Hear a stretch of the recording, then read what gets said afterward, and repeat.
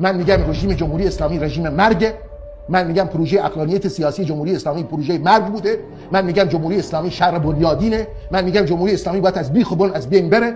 من میگم جمهوری اسلامی اگر تو این کشور بمونه ایران هم نابود میشه. هزینه حفظ جمهوری اسلامی نابودی ایران بوده. همه اینا رو من میگم، ترسی هم ندارم. آقا جمهوری اسلامی طوفان شنه، حیات این جامعه رو دفع کرده.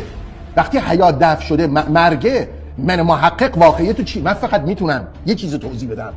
من فقط میتونم خود همین فرایند دفع کردن زندگی رو توضیح بدم. مثلا چرا ایده ایران الان زنده شده؟